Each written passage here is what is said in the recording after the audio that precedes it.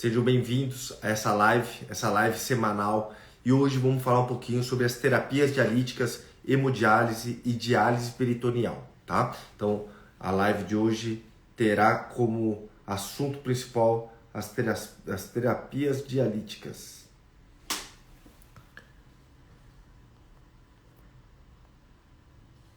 Muito bom.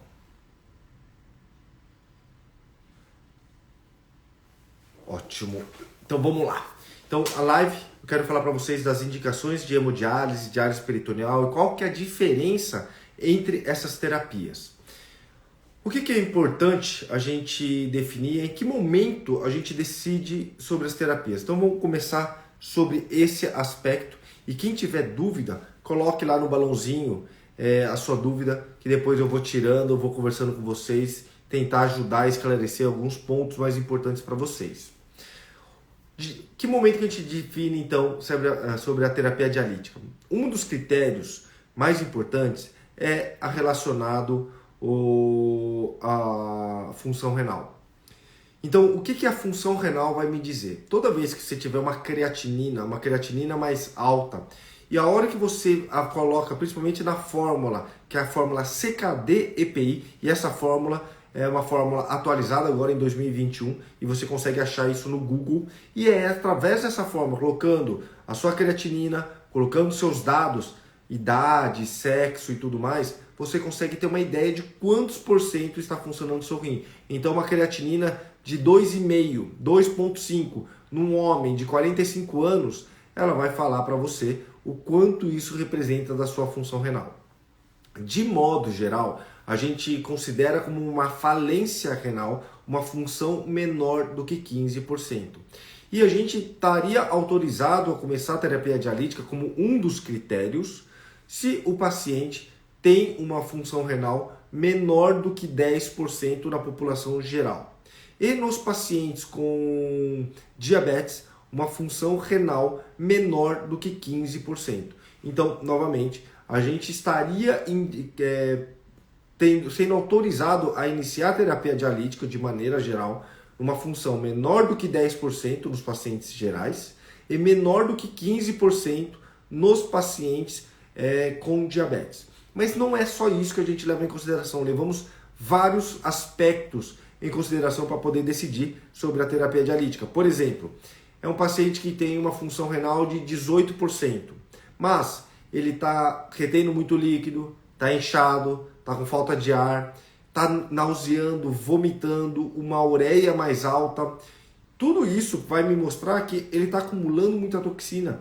E muitas vezes, se a gente não consegue controlar com mudanças de hábitos de vida, alimentação e medicamentos, a hemodiálise acaba sendo a alternativa que a gente tem para tirar esse excesso de líquido, filtrar o sangue e trazer uma melhor qualidade de vida. Isso que é o mais importante. Qual é a qualidade de vida? Por isso que vários fatores influenciam na necessidade ou não de começar a dialisar. Se dá para postergar ainda a terapia ou não, precisamos começar agora a fazer hemodiálise. Então, por exemplo, a questão da qualidade é importante. Muitas vezes, quando a gente começa a ter acúmulo de toxina, a ureia é uma das toxinas que acabam aumentando. E essa ureia não tem grandes diferenças para mim de modo geral. Se você falar que está em 100, 120, está 90 de ureia, é uma toxina. De acordo com a função renal, ela vai se acumular. Eu sei que vai estar acima do valor de referência, mas se falar que está 120, está 100, para mim está tudo a mesma coisa, não muda. Pode me falar um pouco mais a favor, que está comendo um pouco mais de proteína, que está um pouco mais desidratado, mas a ureia por si só não é algo que me preocupa. Mas valores muito altos, principalmente acima de 150, principalmente acima de 200, já me preocupa um pouco mais e já seria um fator para poder ser mais permissivo no início de hemodiálise. Então o paciente tem uma ureia, uma creatinina de 4, mas uma ureia de 220 e provavelmente não tem um fator que me justifique o aumento dessa ureia, é possível que eu indique a terapia dialítica, o início de hemodiálise ou diálise peritoneal, para poder compensar melhor essa parte de toxinas desse paciente. Então, muitas vezes, a ureia pode ser um fator decisório, mas valores mais altos, normalmente acima de 150, mas principalmente acima de 200, que é um valor mágico que a gente utiliza para definir o início da diálise. Então, ureia é um fator. Outra coisa, potássio. Potássio é uma das substâncias que a gente sempre fala. É uma substância que preocupa, é uma substância que causa medo ao nefrologista. Por quê? Porque o potássio alto, ele pode levar a uma arritmia cardíaca grave. Não é a batedeira no coração, é uma arritmia que pode dar parada cardíaca. E a gente não consegue saber o quanto que está alterado ou não sem fazer exames de sangue. Somente através de exame de sangue eu consigo saber se esse potássio está mais alto ou não. Então é importantíssimo, de novo, a gente poder controlar esse potássio de uma maneira adequada. Se vem um paciente com potássio de 7, uma creatinina mais alta, muito provavelmente a gente deve começar a fazer diálise para limpar essas toxinas, abaixar esse potássio e trazer maior segurança ao paciente. Porque a gente fazer manter esse potássio alto pode trazer risco de ter uma parada cardíaca e complicar mais. Então a diálise também nos ajuda a controlar esses eletrólitos como o potássio. Pessoal, as perguntas, coloquem no balãozinho que mais tarde eu abro o balãozinho e tiro as dúvidas de vocês. Mas não coloca aqui no comentário, não. Coloca lá no balãozinho que fica mais fácil para mim depois organizar, tá?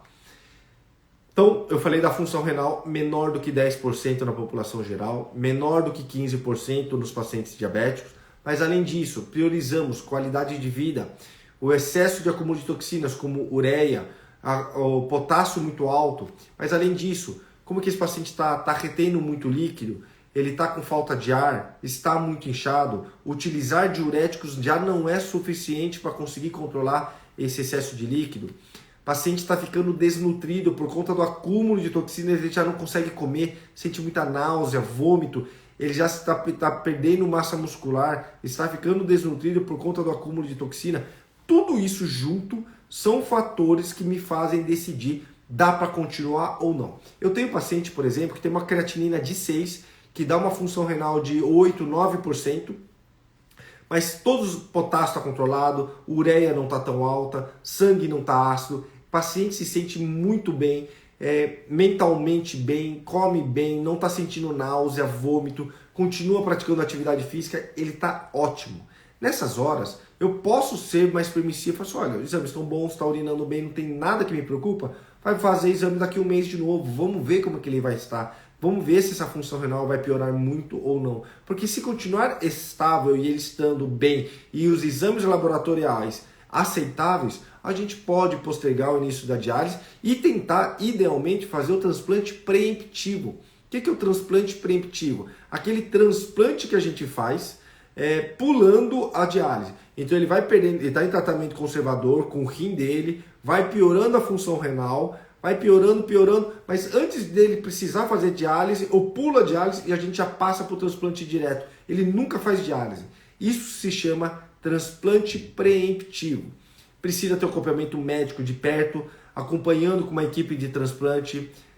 Normalmente é mais fácil disso acontecer com o transplante doador vivo, porque o doador vivo já é preparado, a gente consegue organizar temporalmente, porque o doador falecido a gente nunca sabe quando vai chegar um doador compatível para poder fazer o transplante. Então o doador vivo acaba facilitando a realização do transplante preemptivo, mas teoricamente para o paciente é melhor, quanto à parte prognóstico, quanto à qualidade do transplante do rim, quanto a menor risco de rejeição, quanto mais tempo vai durar o rim, o transplante preemptivo acaba sendo mais interessante, acaba sendo melhor, tá? Mas tem hora que não dá e a gente precisa fazer então a terapia dialítica. E aí temos as duas principais modalidades, que é a diálise peritoneal e a hemodiálise. Ambas as terapias a gente considera como diálise. Então, diálise é um conceito de substituição da função renal, onde a gente vai tirar excesso de toxinas, vamos filtrar esse sangue e também vamos retirar o excesso de líquido que o paciente tem, para ele não ficar inchando, não juntar água no pulmão. Então, a terapia dialítica, a diálise, engloba todas as modalidades, e principalmente hemodiálise e diálise peritoneal. E aí eu quero falar um pouquinho dessas modalidades para vocês. Não existe, a princípio, uma superioridade de uma para outra. As duas terapias são muito boas. A hemodiálise é tão boa quanto a diálise peritoneal. Não existe um estudo que fala assim, um é melhor do que o outro, tá? O que eu acho é o que o mais importante a gente tentar contextualizar para aquele paciente, como que é o hábito de vida desse paciente, como que é a condição social, como que são a condição da família e o que para ele prefere mais. Eu, particularmente, gosto muito da diálise peritoneal e eu acredito que a gente deveria incentivar cada vez mais a diálise peritoneal. Como que é a diálise peritoneal? A diálise peritoneal, a gente coloca um catéter na barriga, um catéterzinho fino, mole, flexível, e a família e você vai ser treinada para poder fazer a diálise. Como que é feito isso? De modo geral, existem duas terapias que a gente faz à noite, uma que faz à noite na diálise peritoneal, ou outra que fazem trocas durante o dia, cerca de 3, 4 trocas durante o dia. Então a família e você vão ser treinados para fazer a limpeza desse equipamento, dessas bolsas de líquido, e fazer a conexão desse catéter que está na barriga com essa bolsa de líquido. E aí fazer a troca, onde a gente injeta esse líquido na barriga, em cerca de 1,5 litro, 2 litros de líquido, fica por um tempo na barriga e depois de um tempo é drenado. Na modalidade que a gente faz à noite, isso a gente conecta a bolsa a esse catéter e tem um aparelhinho que durante a noite, durante o sono, enquanto você estiver dormindo, ele vai ficar colocando e tirando o líquido. Normalmente dura umas 9 horas, você precisa estar 9 horas deitado na cama, pode estar estudando, pode estar vendo TV, não necessariamente tem que estar dormindo, mas quando você for dormir, esse aparelho vai ficar também colocando e tirando o líquido e através disso você vai filtrar o seu sangue. Não tem contato direto com o sangue, é através dos vasos de sangue que estão presentes na sua barriga que você vai fazer essa filtração. A outra modalidade, quando não é a noturna, então durante o dia, a cada 4, 5 horas, você vai ser treinado para infundir esse líquido na barriga e depois de um tempo, depois de algumas horas, você drena esse líquido. Cada paciente vai ter uma modalidade diferente, cada paciente vai ter uma adaptação diferente, depende muito. Eu gosto muito dessa modalidade que se faz à noite. Qual que são as vantagens da diálise peritoneal? A diálise peritoneal, a vantagem dela é que você não precisa ir para lugar nenhum, você não tem que ir para uma clínica de diálise, por exemplo. Você faz a diálise na sua casa, no seu conforto, na sua cama, no lugar habitual seu. Você não tem que se deslocar, gastar tempo com isso. Qual que é o outro inconveniente? A família vai ser treinada, não tem um técnico que faz isso de modo geral, e é todo dia. É de segunda a segunda. Todos os dias vocês vão fazer essa troca, o preparo desse equipamento, essa limpeza, esse preparo para poder conectar. E não pode ter erro. Porque se você me conecta nesse catéter que está na barriga, você me esbarra na pele, esbarra em algum lugar, você pode fazer com que essa bactéria entre para dentro da barriga. E essas bolsas de líquido são a base de glicose, de açúcar. E se você me contamina, você pode causar um risco de infecção peritoneal, uma peritonite. Então tem que tomar um pouquinho de cuidado com essas técnicas. Mas é seguro, é fácil, todo mundo todo mundo consegue fazer isso. E acaba sendo uma modalidade bem interessante. Por que é interessante em alguns casos? Então, para aquele paciente que não quer sair de casa, para aquele paciente mais debilitado, que tem dificuldade de locomoção, de transporte, a diálise peritoneal também acaba sendo mais interessante. Para aquele paciente que urina bem, a diálise peritoneal, a princípio, persiste com um maior débito de volume de urina. Você preserva mais o volume urinário do que a hemodiálise. A hemodiálise pode fazer com que com o tempo você vá diminuindo o volume de urina. Na diálise peritoneal, não. Na diálise peritoneal você consegue preservar melhor o seu volume urinário. Que mais? Aqueles pacientes que ganham muito líquido entre uma sessão e outra de hemodiálise e tem problemas cardíacos, por exemplo, a diálise peritoneal acaba sendo mais interessante. Por quê? Vai tirando pouco líquido por hora continuamente e é todo dia que você vai tirar por conta da diálise peritoneal. Então aquele paciente que tem dificuldade de retirar líquido, a diálise peritoneal também pode acabar sendo uma terapia mais interessante, uma terapia de escolha também.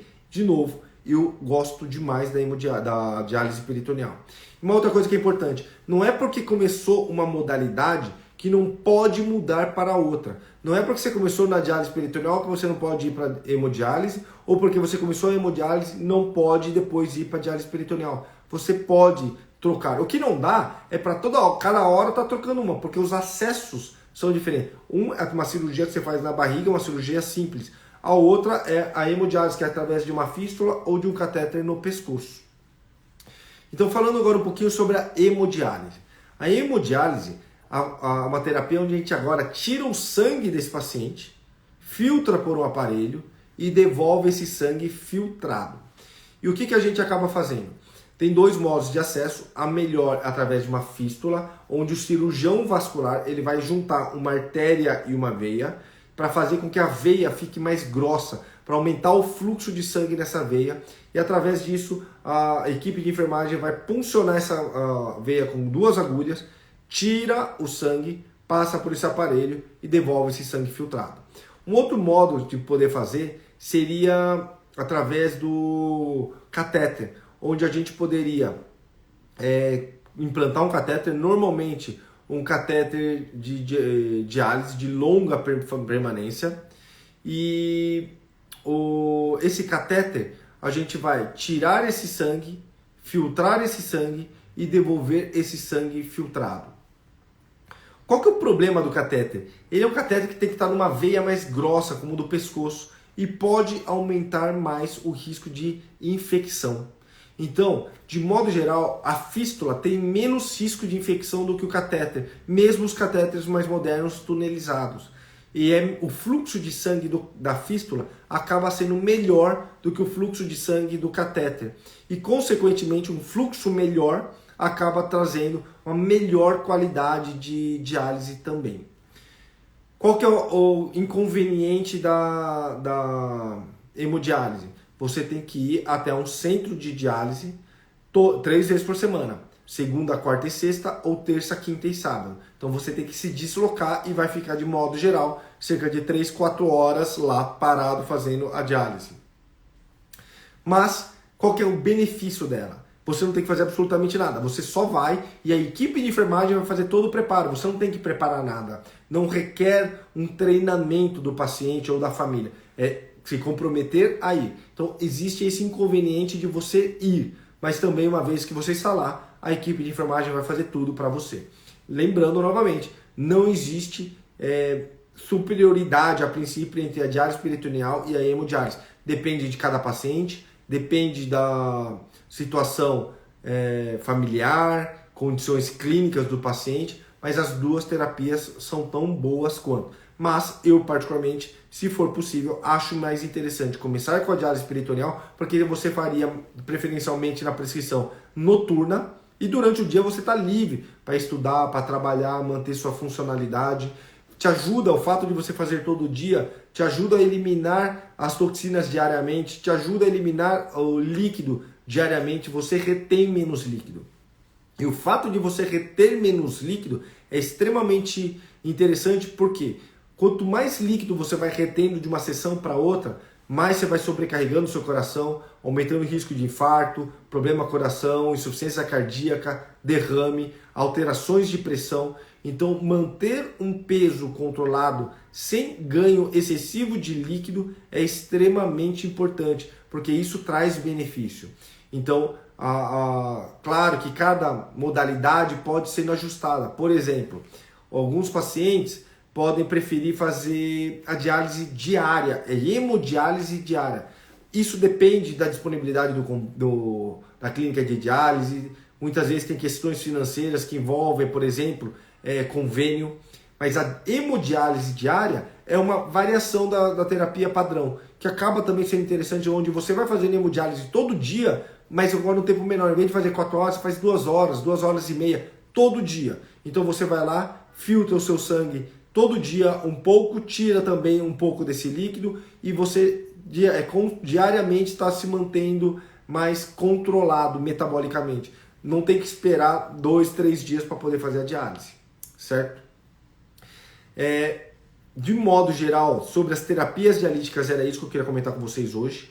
sobre então as indicações de modo geral. Para paciente geral, uma função menor do que 10% já estaria autorizado a iniciar diálise. Para aquele paciente diabético, uma função menor do que 15% estaria autorizado a começar a fazer diálise.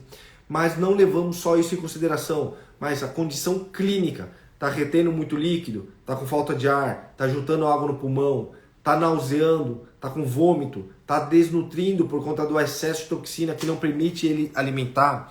O potássio está muito alto, níveis altos que acabam preocupando, que possam levar a uma arritmia cardíaca. O fósforo está muito alto, o sangue está muito ácido, o mental do paciente está pior. Tudo isso tem que ser avaliado para decidir o início ou não da hemodiálise ou da diálise peritoneal. Uma vez sendo necessário começar a diálise, não existe superioridade entre a hemodiálise e a diálise peritoneal.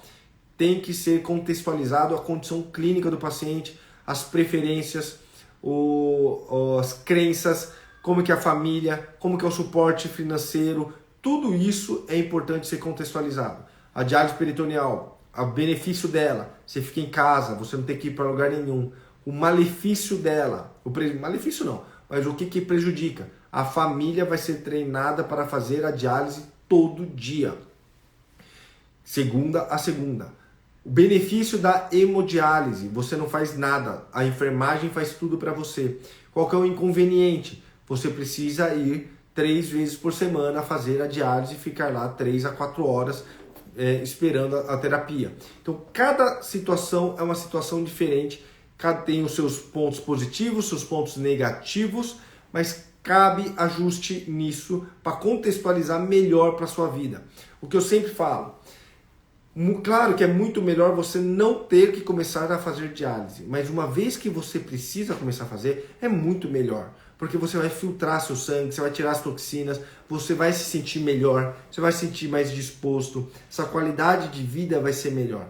Então, depende de cada situação. É possível postergar o início? Ótimo, vamos segurar ao máximo de uma maneira segura e o que é o melhor para o paciente. Não, está sendo necessário, é importante, é preciso começar a fazer a diálise, então vamos fazer a diálise, porque para isso a sobrevida é melhor. E lembrar, tentar fazer o transplante o quanto antes. De uma maneira geral, fazer transplante representa um melhor prognóstico, uma maior sobrevida, ele vive mais, ele tem uma melhor qualidade de vida, tá? Então tudo isso é extremamente importante. Certo, pessoal? Ficou claro? Me dá um feedback aqui e quem tiver dúvida, coloca no balãozinho que eu vou tirar as dúvidas de vocês. Mas queria saber se ficou claro o que eu tinha de proposta hoje para falar sobre as modalidades de diálise. Era isso que eu queria comentar com vocês.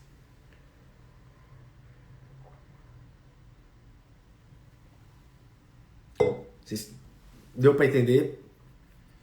É um assunto delicado, é um assunto difícil, mas claro, tem 1000 coisas que a gente pode falar, mas num tempo curto não dá para a gente abordar todos esses assuntos. Coloque aqui no interrogaçãozinha aqui que eu vou tirando as dúvidas de vocês, tá? Vamos lá. Alexandra. Boa tarde. Há 1 ano e meio meu pai faz diálise. Ele já tem 76 anos e não tem como fazer transplante. Então vamos lá. Isso é um ponto importante. O transplante renal, a gente não se apega simplesmente à idade. Não é porque ele tem 70, 76, 80 anos, mas é a funcionalidade desse paciente. Ele é um paciente que tem uma funcionalidade boa, ele é ativo, faz atividade física, mentalmente bom, tem músculo, não está debilitado. É isso que importa para dizer se ele tem condições ou não de fazer o transplante. Não é a idade por si só, mas sim a condição clínica. Todo paciente tem o direito de ser avaliado num centro transplantador. Então todo paciente que está fazendo diálise precisa ser encaminhado para um centro transplantador. E aí, nesse centro transplantador, ele vai ser avaliado e vai dizer, olha, você não pode fazer o transplante por conta disso, disso, disso. As contraindicações gerais, ele não tem condição clínica, é um paciente muito debilitado, é um paciente onde o risco de operar seria muito maior dele morrer do que ele não operar. Então é melhor ele manter em diálise, porque a cirurgia seria uma coisa muito grave. Ele tem disfunções orgânicas muito importantes, por exemplo, tem um problema cardíaco muito grave, problema pulmonar muito grave, um problema no fígado muito grave, ele tem um câncer ativo. Isso são contraindicações para poder fazer o transplante. Contraindicações relativas, muitas vezes temporárias, ele tem uma infecção ativa, ele está com uma infecção agora. Então, temporariamente, ele está fora da possibilidade de fazer o transplante. Por quê? No momento de infecção ativa, a gente não faz o transplante porque os medicamentos para poder realizar o transplante e o paciente não rejeitar poderiam levar a uma maior gravidade dessa infecção, porque se abaixa a imunidade, essa infecção poderia piorar muito mais e aí ele complicar muito mais. Então, nesse momento de infecção, quer seja infecção pulmonar, infecção de catéter de diálise, infecção de alguma endocardite, uma infecção óssea, e infecções ativas contraindicam o transplante naquele momento. Também, paciente que, por exemplo, infartou agora, acabou de colocar um stent no coração, temporariamente durante os próximos 6 meses, ele também não é um candidato a realizar transplante. Então, vários critérios para poder decidir se vale a pena ou não fazer o transplante. Sempre pesar risco-benefício, o que é melhor para o paciente, o que é mais risco para o paciente. E, de novo, a idade por si só não é uma contraindicação, mas sim a condição clínica do paciente. E outra, como que ele está? Ele está bem fazendo diálise? Ele está metabolicamente controlado? Qual que é o desejo do paciente? O paciente fala assim, eu não quero fazer transplante. Não, eu quero fazer transplante. Mas todos os pacientes têm o direito e devem fazer o acompanhamento no centro transplantador, uma vez que esteja em terapia dialítica, em hemodiálise ou diálise peritoneal. Independente de onde você esteja. Você pode estar no Mato Grosso, no interior, você tem o direito de ser referenciado para um centro de transplante. E aí, nesse centro de transplante, ele pode falar, olha, você não tem condições. Não, olha, você tem, vamos fazer alguns exames, mas eu vou listar você aqui para a fila de transplante, tá? Então, cada um vai ser uma situação.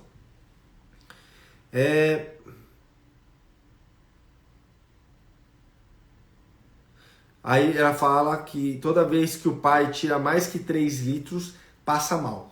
Realmente, não é interessante tirar muito líquido. Um dos fatores que a hemodiálise pode levar ao mal-estar é toda vez que você tem que tirar muito líquido do paciente. Nessa vez que você tira líquido, você vai piorar a pressão, pode aumentar o risco de descompensar o coração, dar arritmia. E pode dar cãibra, mal-estar, náusea, vômito. Então, uma sugestão que eu dou para vocês que fazem hemodiálise é evitem ganhar peso entre uma sessão e outra. Quanto mais peso você ganhar e mais peso que tivermos que tirar, maior o risco de você passar mal e ter complicação. Idealmente, ganhar em torno de 1 litro por dia. Então, você vai fazer uma hemodiálise segunda-feira, vai fazer a próxima na quarta. Então, 1 litro por dia, 1 litro na terça, 1 litro na quarta. 2 litros de peso, 2 quilos de peso a ser retirado. Esse seria o ideal. Claro que aí o pessoal fala, eu ganhei 5 quilos, vamos tirar 2 litros.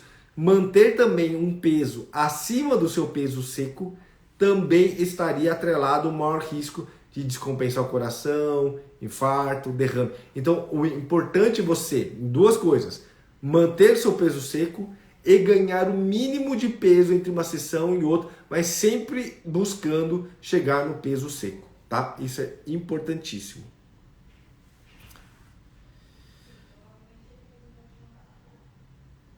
E aí fala assim, avisou a clínica, tem que tirar até 2. Até 2, mas sempre lembrar, Alexandra, tem que chegar no peso seco idealmente. Se você me chega, o paciente ganhou 5 quilos e você me tira 2 litros, ele sobrou 3 quilos, ele está 3 quilos acima do peso seco.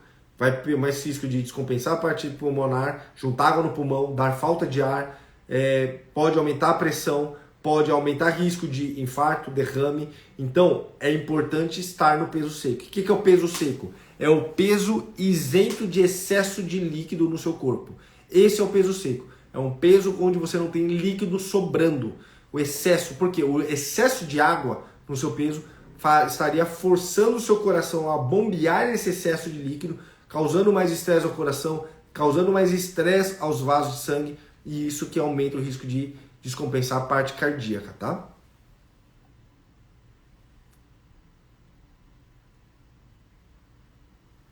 Boa tarde. Meu sogro está inchado por inteiro. O médico deu 3 ampolas de furosemida por 5 dias. Agora entrou com Lasix, 2 de manhã e 2 à noite. Mas não está funcionando. Ele está com 15% do rim funcionando. Então é esse contexto que eu falei para vocês. Não é uma função renal por si só. Mas, por exemplo, levar em consideração, ele tem 15% da função do rim, está inchando, está dando diurético e não está conseguindo eliminar esse excesso de líquido. Talvez já esteja na hora de começar a fazer diálise, mesmo que ele esteja com 15%. Mesmo que pela porcentagem a gente pudesse postergar um pouco mais. Mas a qualidade de vida é importante. Ficar segurando ele fora de diálise com risco de juntar água no pulmão, esse excesso de líquido vai dar mal-estar, vai dar mais cansaço, vai piorar a absorção de nutrientes pelo intestino, porque o intestino também incha, vai dar mais falta de ar, vai aumentar o problema cognitivo. Tudo isso é importante estar sendo balanceado. Então, nesse meu ver, que você já me falou que ele já fez furosemida na veia, está com furosemida oral e ainda está inchado, talvez valha a pena sim começar a fazer diálise mais precoce para poder compensar ele da melhor forma possível. Certo?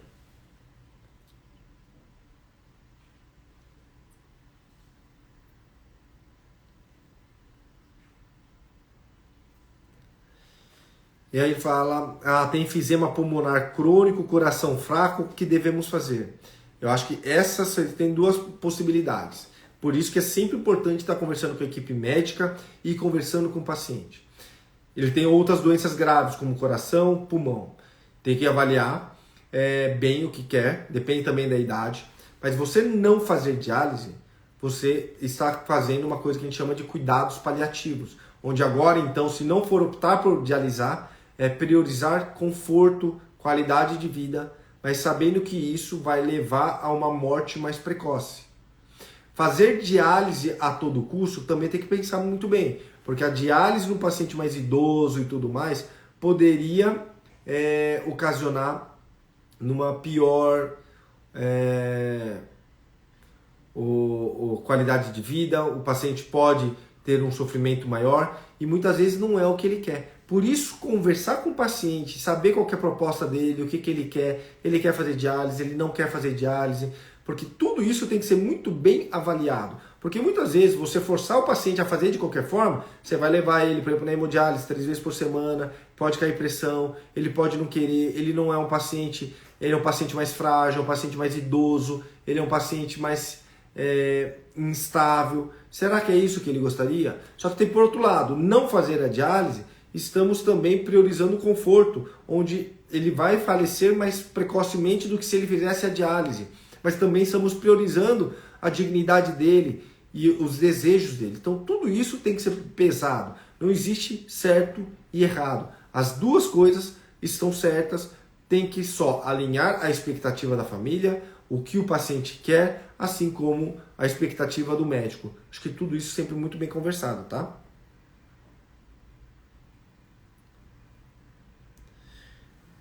Então, as perguntinhas aqui acabaram, vamos responder mais algumas perguntinhas e a gente encerra aqui a live. Paulo está perguntando se for doador e por algum motivo ele tomar anti-inflamatório, pode prejudicar meu rim único? Sim, anti-inflamatório é tóxico, tá? Pro rim. Ainda mais se você só tiver um rim. A chance de você piorar esse rim e ter complicação é muito grande. Eu não recomendo você tomar anti-inflamatório, tá? Pra ninguém.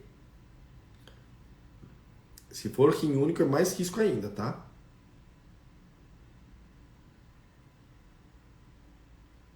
Vamos ver. Vandinho, minha fístula ainda não foi liberada para uso, preciso de ultrassom. Pode ser possível não funcionar? É possível. Depende, cada fístula vai ter que ser avaliado como é que é o fluxo de sangue, como que está o calibre, se deu certo. E isso é o vascular que vai avaliar para você e poder dizer isso. Tem vezes que não dá fluxo suficiente. Tem que ter uma veia calibrosa, grossa, para dar fluxo adequado para fazer diálise. Se não tiver um fluxo adequado, pode ser que não dê certo de fazer essa fístula, tá? De utilizar ela. Tenho 45 anos, tenho os 2 rins policísticos, faço acompanhamento anual, está funcionando bem. Nesse caso de rins policístico, existe cirurgia? Doença renal policística, a gente não recomenda fazer cirurgia para tirar cisto, tá? Existem tratamentos como o Tolvaptan em alguns casos, medidas como dieta, atividade física, melhor da alimentação e alguns medicamentos que podem ajudar a evitar a progressão da doença renal policística. Para isso, converse com o seu médico. Ele vai poder ver se você tem critério ou não, tá? Sobre o transplante, Fernanda. Meu pai tem problemas cardíacos e diabetes muito alta. A cardio não liberou para o transplante. Seria isso mesmo? Depende, talvez sim. Se você estiver desconfortável, pergunte, passe com outro cardiologista para poder ver. Mas se ele é diabético, no mínimo, ele muitas vezes precisa de um cateterismo cardíaco para poder ver se o coração está bem, se não teria contraindicação. Nos casos muito graves, onde o coração está muito ruim, muitas vezes pode ser interessante o transplante duplo, transplante coração e rim, tá? Mas aí precisa ter toda uma avaliação e seria interessante estar passando aí com outro cardiologista para poder ter, tá? Adilson, posso tomar água com limão? Tenho doença renal crônica. Não tem problema, água com limão não é uma contraindicação. PTH alto, como reduzir? Controlando vitamina D, controlando cálcio, controlando fósforo, utilizando quelantes, avaliando o PTH, conversando com o seu médico. Quem vai controlar o PTH é o seu médico. Cada paciente é um modo diferente que iremos tratar. Então não existe um tratamento único. Toma a vitamina D que vai baixar. Tem que ver cada caso. Cada caso é um caso e aí precisa ser avaliado, tá? É dessa forma que a gente acaba controlando o PTH também. Então, maravilha, pessoal. A ideia da live era essa, falar um pouquinho sobre diálise para vocês. Obrigado novamente. Essa live aí durante sexta-feira, na hora do almoço, acaba sendo um público menor. Vamos tentar manter aí nas noites, mas a minha vida está extremamente corrida, está um pouquinho difícil a gente fazer isso de noite, mas vou me esforçar aí para poder alinhar um pouquinho, para ter uma participação melhor aí de vocês. Tá certo? Obrigado, pessoal. Tudo de bom. E quem quiser tirar mais dúvidas, o que eu falo para vocês, entrem no grupo do Close Friends, lá tem caixinha de dúvidas que são exclusivas para o grupo e a gente sempre conversa sobre os casos clínicos do dia. Todas essas discussões do que está acontecendo, do que estou fazendo, está sendo realizado no Close Friends. Então, quem tiver interesse, entre na minha bio, no link, entra lá, tem o link do Close Friends. Se você tiver interesse, assine para poder fazer parte. Tá bom? Um grande abraço. Até mais, um ótimo final de semana para vocês.